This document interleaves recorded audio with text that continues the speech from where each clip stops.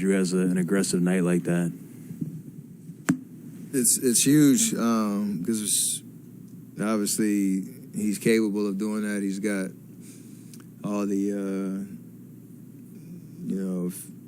physical presence and skill set to impact the game like that on the offensive end. Obviously on the defensive end he does it, but it's obviously an efficient night. I know he saw some familiar faces on the other side, so got him going a little bit. And you obviously don't expect a damn near perfect night like that every night, but the intentions and the energy and just the aggressiveness from start to finish, you would love to see that. And so it gives us a whole other look, especially if I can create space, JP can create space, he can get the right matchups and go to work. We're obviously tough to beat in those, in that situation. How do you try to get that out of him a little bit more than just, if Minnesota's here? That's up to him. Player he wants to be every single night.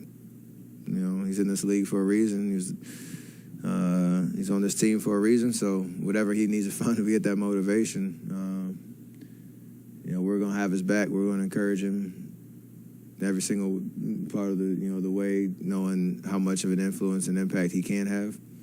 But whatever he wakes up in the morning and wants to lock in on and show that everything that happens out there on that floor matters, he can do that.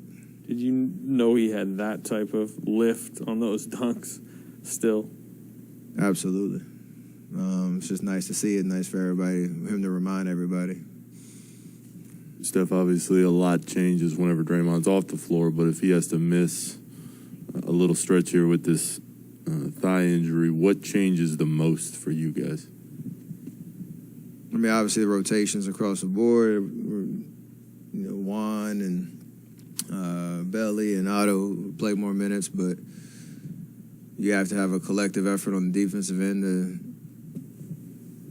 try to do what he does by himself as a disruptor on that end.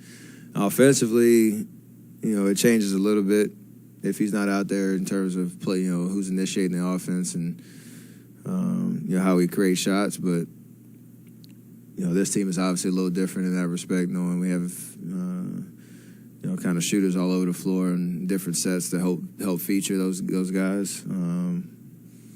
But obviously defense is the most important because that's what wins basketball games. And have a defensive player of the year like that, you have to have whoever's taking up his minutes, but all five guys on the floor do their job even better and try to replace that.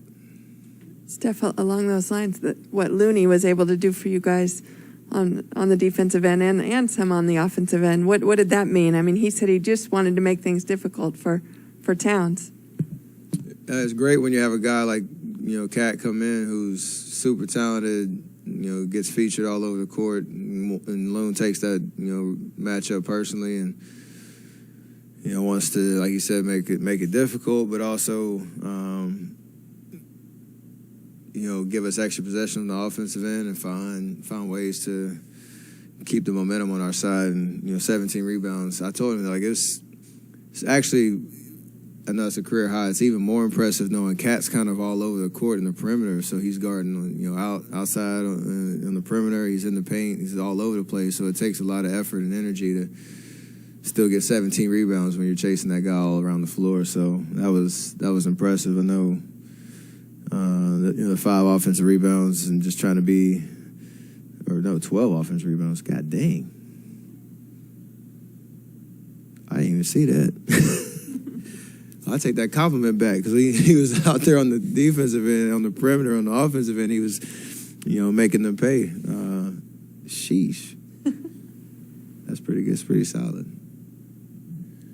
Steph, what were you most impressed by in Anthony Edwards' performance and just his play? I mean, we know he's super, dynamic as an athlete and can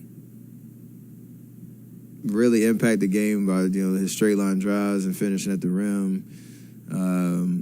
He shot the ball really well tonight. Made some big shots when they were trying to come back, especially in the second half. But he's obviously skilled. He's super talented. you know, I know they're trying to find their way in terms of how they mesh all that talent over there together, but do you like to see young guys like that take, you know, steps in the right direction every year? You know, knowing it's just a second year, but that was impressive for sure. How comfortable do you feel when you're on the sideline and Andre Iguodala is the point guard? He's a steady hand, and it obviously helps to know he'll make the right play more times than not. He'll be able to settle us down, get us into a set. Even with how teams, you know, try to defend him, whether he has the ball or if he's off the ball, he's always found a knack to be in the right place at the right time, make the right pass, and then obviously defensively, what he gives us, that turns into easy offense for us. So, you know, even on a night where he doesn't score, he's plus 19 for a reason. It's kind of crazy. You know, with 8 assists and, you know, the blocks and steals and all of that. So, a very effective 24 minutes without, you know, scoring the basketball. It's kind of a clinic on how you do that. What do you think about the vertical threat you guys have this season, leading to more dunks and whipping the crowd into a frenzy? I mean, GP has been unreal in that respect when he's out there with that second unit. And I don't know how he does it, to be honest. He's the same height as me. And has found a way to put pressure on the rim in transition in the half court.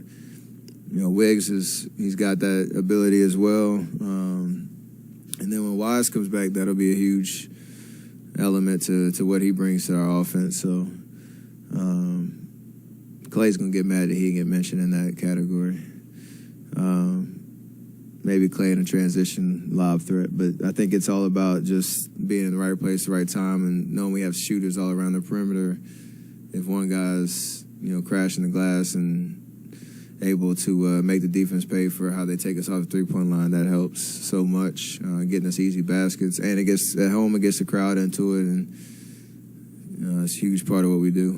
When you're the same size as GP2 and you see what he's getting at the rim, do you want some of that? I'm a smart individual. I know where I need to be at, and it's not down there. Did you intentionally not look at the lob, him finish?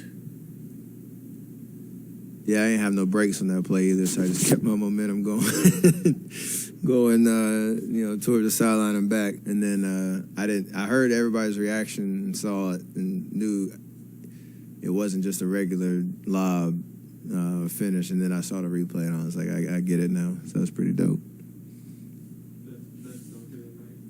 Say what?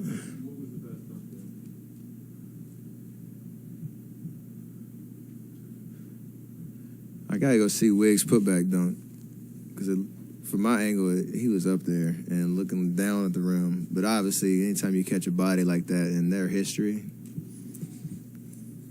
I'm gonna need that one on my wall. I'll tell you that much. That'd be a nice one. I'm gonna text Wiggs that picture of him dunking on Cat every game, like right before the game, see if that helps. Get the juices flowing. So you got 72 text messages from me coming this way.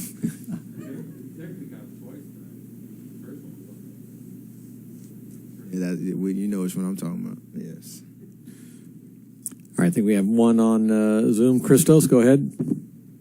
Hello, Steph. Congratulations on the win. 10 wins in 11 games.